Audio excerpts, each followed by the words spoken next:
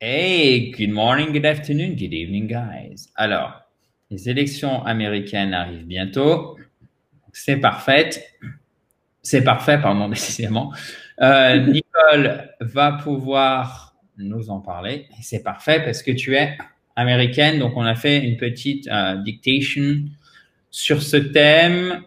Je pense pas qu'elle soit très technique. Il y a vraiment du vocabulaire d'ordre général pour comprendre la vie politique, mais si vous alliez par exemple chez quelqu'un, mettons vous allez chez une famille américaine ou de manière générale anglophone, c'est typiquement des phrases en anglais, du vocabulaire, de la prononciation, de la grammaire, etc. Donc vous allez avoir besoin sur ce thème, mais encore une fois, ça reste généraliste, ok?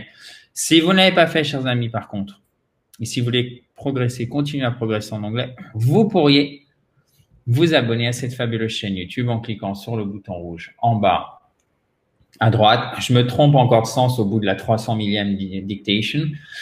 Vous pouvez aussi récupérer votre kit complet pour vous mettre ou pour vous remettre à l'onglet. Il arrive directement dans votre boîte email. Il est absolument free, gratuit, et il suffit de cliquer sur le i en haut à droite au-dessus de la tête de Nicole ou sur le lien qui est sous la vidéo. Ok, Nicole, nous t'écoutons religieusement. The floor is yours. All right. Thank you very much, Adrian. You're welcome, ma'am. Okay. The American presidential election is scheduled for Tuesday, comma. The American presidential election is scheduled for Tuesday, comma, November 3rd of this year, period. November 3rd of this year, period.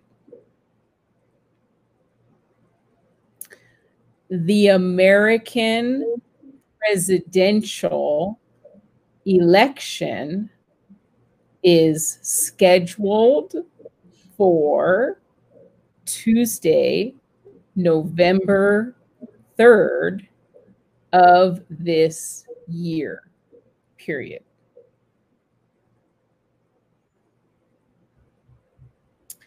It happens every 4 years. It happens every 4 years and always prompts heated debates, period. And always prompts heated debates, period.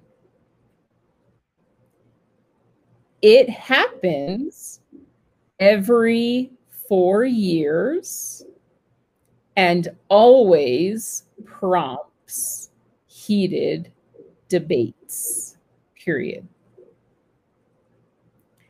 In 2020, comma, more than ever, ellipses, exclamation mark.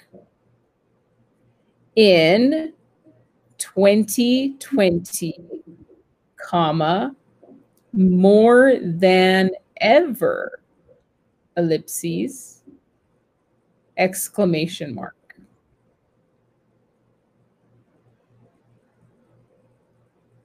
Contrary to the French presidential election, comma, contrary to the French presidential election, comma, The American one is an indirect election, period. The American one is an indirect election, period. Contrary to the French presidential election, comma, the American one is an indirect election, period. People elect delegates of a political party who, comma, people elect delegates of a political party who, comma, in turn, comma, will vote for their party's nominees, colon, who, comma, in turn, comma, will vote for their party's nominees, colon, either Democrat or Republican, period. Either Democrat or Republican, period. People elect delegates of a political party, comma, who, comma, in turn, comma, will vote for their party's nominees, colon, either Democrat or Republican, period. The party with the most delegates wins the election, period. The party with the most delegates wins the election, period. Perfect. Perfect. Do you mind? Yeah, please. Thank you. The American presidential election is scheduled for Tuesday, comma, November 3rd of this year, period. It happens every 4 years and always prompts heated debates, period. In 2020, comma, more than ever, ellipses, exclamation mark.